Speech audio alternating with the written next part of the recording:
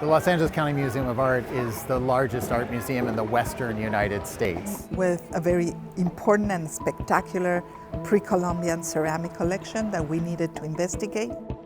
And now we're going to do a big exhibition with these objects here at LACMA, but there's not that much known about ancient Colombia. It's a challenge. We found the support to go to Colombia in a research trip, And we really didn't know that this was going to change our perspective on life and our perspective of our own mission at LACMA.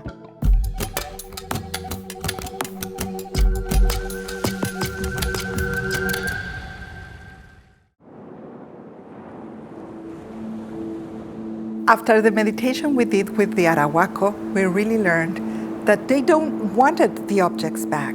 The objects were the messengers, were the connectors between their world in the Sierra Nevada de Santa Marta and our world in Los Angeles.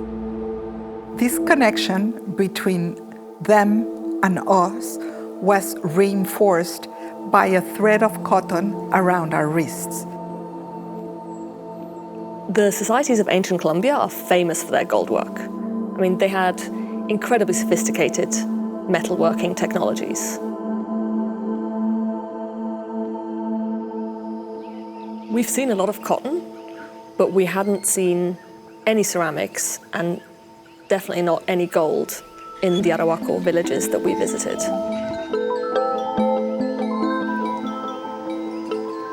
The contemporary indigenous societies today don't seem to be working with metals almost at all. So what happened there?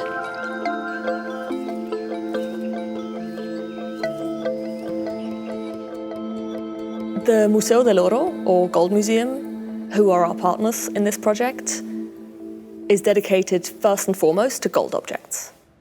En el año de 1939, cuando el Banco de la República decide iniciar esta colección con la pieza emblemática de la colección, el poporo quimbaya, para preservar estos objetos, de seguir siendo fundidos y de seguir siendo sacados al exterior. The Museo del Oro's collection prevented many objects from being sold to other countries legally or illegally. One of the most important pieces at the Museo del Oro is the so-called Balsa de El Dorado from the Muisca people. This is it. It depicts a balsa, or a raft, with 11 figures on it.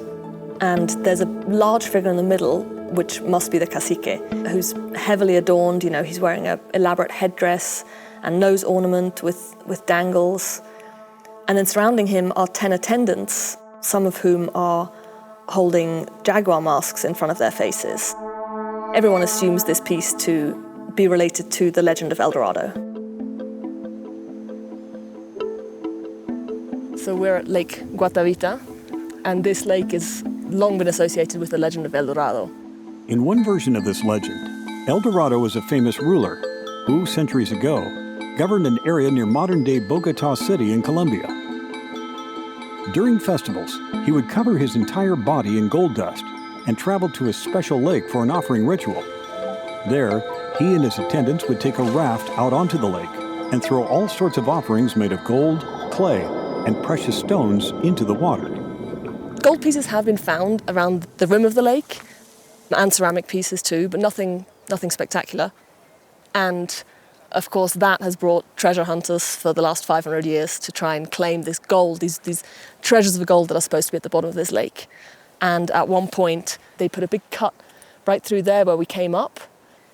The lake drained out and revealed a lake bed of incredibly thick, dense, sticky mud. What happened was that it dried, and it dried into a rock-solid, cement-like surface. So whatever was in that mud just became even more inaccessible, and so even though the attempt to drain the lake worked, they didn't get the treasure that they were hoping for. Pues nuestro Museo del Oro, a pesar de que nos llamamos Museo del Oro, es un nombre que nunca cambiaremos porque la magia del oro es única y la colección realmente es fuerte, es en orfebrería. La colección muy pronto, después de 1900, de que se inicia la colección de orfebrería, se empieza a coleccionar también cerámica y otros materiales. Somos un museo de la gente, de las sociedades que produjeron esta orfebrería y en esa medida pues contextualizamos los objetos de orfebrería con el resto de la cultura material en estas sociedades. The relationship between materials is important. There is a clear connection between ceramics and gold work. This is an offering to the gods, to the spirits. All the objects were made for the offerings. All these votive figures are long and very delicate, and they fit very well in the ceramic vessel.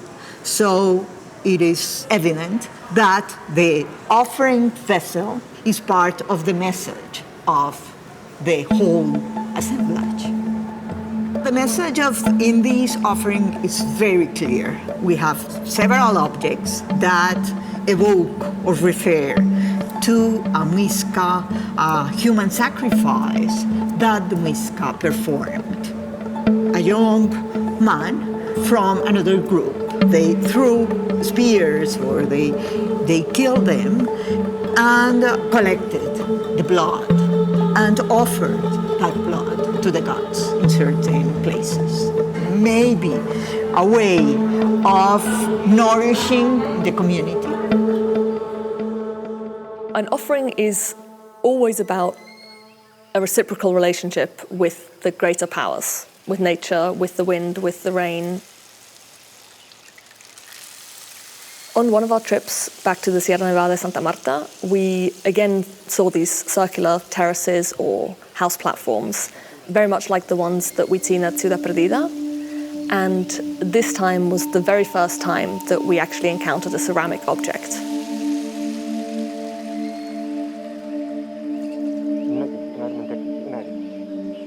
Todo el mundo no está autorizado para hacer una olla de barro. Siempre hay ese proceso de iniciación, preparación y autorización para poder hacer la olla. O sea, no toda la tierra sirve, sino se coge las tierras que están dejadas para eso. Una serie de actividades de compra y luego el desarrollo. Cuando está en práctica no debe comer sal, no debe utilizar los alimentos que comúnmente uno come. Entonces tiene que haber una estricta dieta para empezar a fabricar esas ollas. It was amazing to hear that even for such a plain-looking object, there was this whole process of initiation and permission-seeking and preparation that would go into making it. Tiene que tener ese trabajo mínimo unos 9 días de actividad cultural para empezar a desarrollar la olla. Y después de tener la olla, entra una etapa de, podríamos decir, una ceremonia de autorización para qué va a servir. Si es para cocinar, si es para fermentar, si es para mantener agua y para cuándo.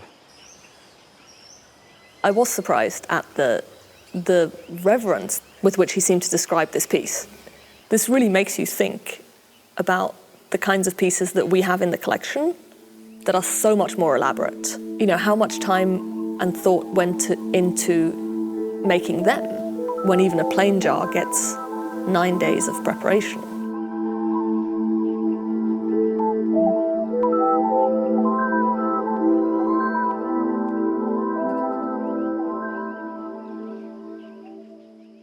To return to our question about never seeing any gold on our visits with the Arhuaco, we reached out to Wade Davis, who has a long-standing relationship with indigenous cultures in Colombia.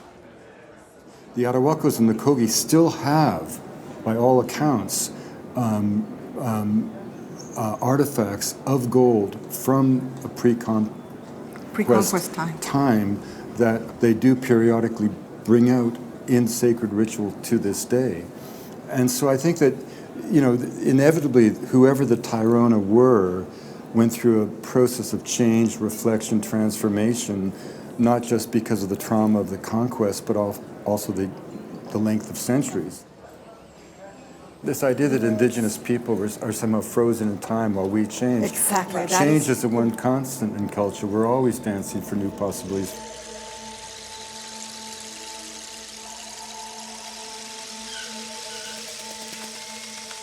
What happened with the European invasion of the Americas, it's a very long and complex story. But the truth is that for all the nations that inhabited this continent, many, many things were taken from them. With that, many specialized artists died. And when that knowledge lost is lost. But what wasn't lost, it's the spirit of thought. Through that process that Mamo Camilo still practice, they reconstruct themselves.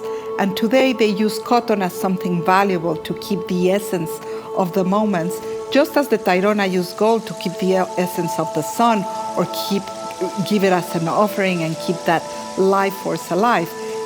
The fact that they lost the connection to gold is just one small aspect of their culture. But what really survived is a way of understanding the world, and that is still alive today.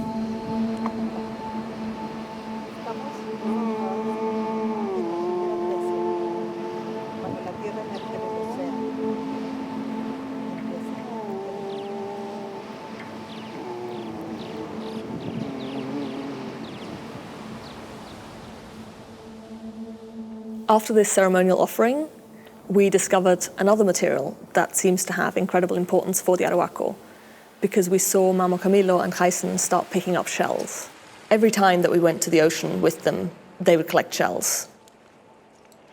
I thought that was super interesting because we have so many shell-shaped objects in the collection.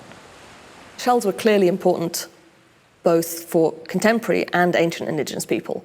Shells were used as trade goods, shells are a symbolic connection to the ocean, and some shells were used as musical instruments. What do the Arhuaco do with shells?